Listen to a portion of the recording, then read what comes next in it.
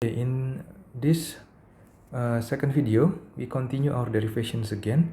So we substitute the linear velocity profile into these equations in here.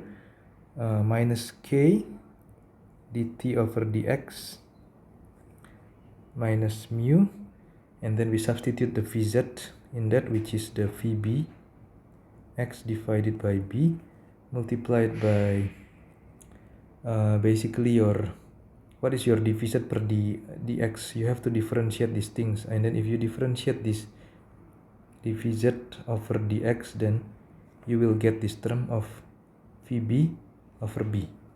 Okay, then we substitute that particular term into the equations. vb divided by b, this one will be equal to c1 minus k dt over dx minus mu x vb over b square is equal c1. Okay, then we can, if we have a careful look into the unit, then this particular units in here is actually what we called mu vb over b raised to 2 is the rate of viscous heat production per unit volume, SV. Okay, how do we know that thing? So we see that is mu has a unit of equal to Pascal multiplied by second, which is equal to kilogram divided by meter multiplied by second. Okay, and then this mu multiplied by vb square divided by b square is equal to kilogram per meter second, meter square divided by second square 1 over meter square. This will have a unit of 1 second, 1 divided by second meter cube multiplied by kilogram multiplied by meter square divided by second square. And this quantity in here, or I put it in the red color so that to make it clear, so this will be equal to joule. Okay, so you have basically joule per second meter cube, and then this meter cube basically is implying a volume. Okay, then we continue again from that thing.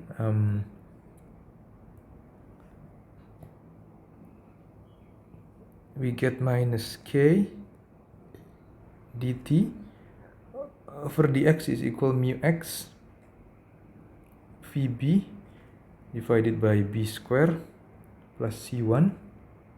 Okay, k dt per dx is equal minus mu x vb per b square minus c1. Let me make it more tidy in here.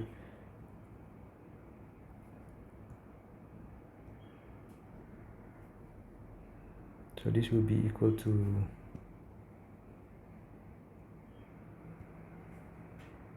square. Okay, and then we can rearrange so that we have dt on the left hand side, and then lump all the other terms on the right hand side.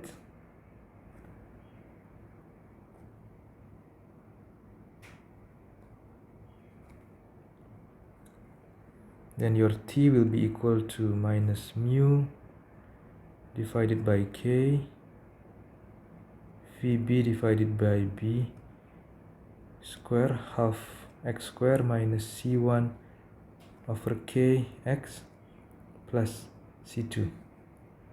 Then we have in here the two boundary conditions. Okay, or I shall put it in a different color to make it more clear. The boundary conditions in here.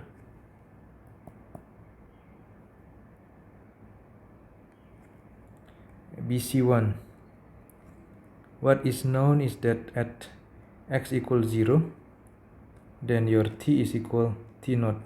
So it's x equals 0 is implying you are the fluid is in contact with the surface of the inner cylinder. Okay, and then you have BC2. Basically in here it x equal b. Your t should be equal to TB, and in here is basically the temperature of your outer cylinder. Okay, and if you do your substitution correctly, then you will get from the BC1 your T naught is equal C2. Okay, and then you keep on substituting. Basically if you put x in here as 0, and then this one is 0, and then this one is equal to T naught, then you will get this T naught is equal C2. Okay, now I want to then that's the same with the BC2. BC2 you substitute again after knowing that your C2 is equal T naught, so that you can get your TB is equal to minus mu divided by K, and then VB divided by B square half B square minus C1 over K B plus T naught. Okay, then your C1 divided by KB is equal to T naught minus TB minus mu divided by K VB per B square half B square, so that you will know that your C1 is equal to K over B T naught minus TB minus K divided by B mu per K. So this one is a bit long, so you multiply in here by VB B square half B square. So in here you can cross over, I mean you can cancel this K with K, this B with this B. Okay, that's pretty much it. And then with some of the quite lengthy simplifications and rearrangement of the term, if you do the correct derivations as I give in the notes in this week Canvas, you will get that your final expression of T minus T naught divided by TB minus T naught should be equal to half mu VB square divided by K TB minus T naught X over B 1 minus X over B plus X over B. And note that this one is applicable only for the case where for TB is not equal to T naught. And then the BR in here is defined as the dimensionless Brinkmann number, and this one is equal mu multiplied by VB square divided by K TB minus T naught. And this one in here is a measure of the importance of the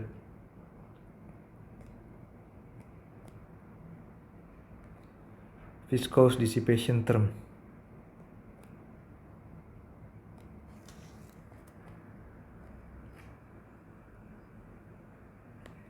Now in the case that your TB,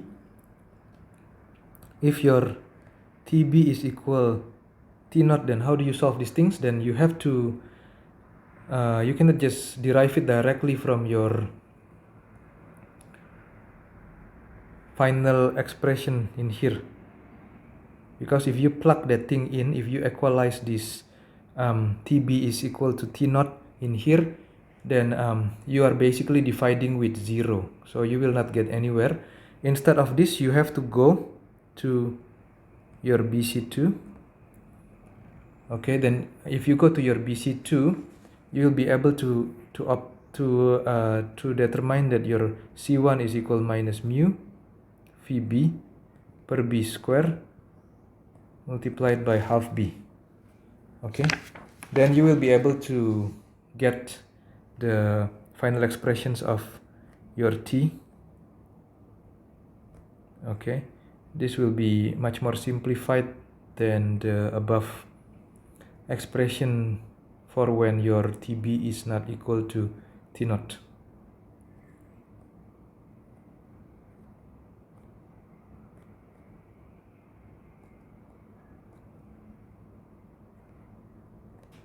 Or shall I put this one in the same way with the way what I put on the top?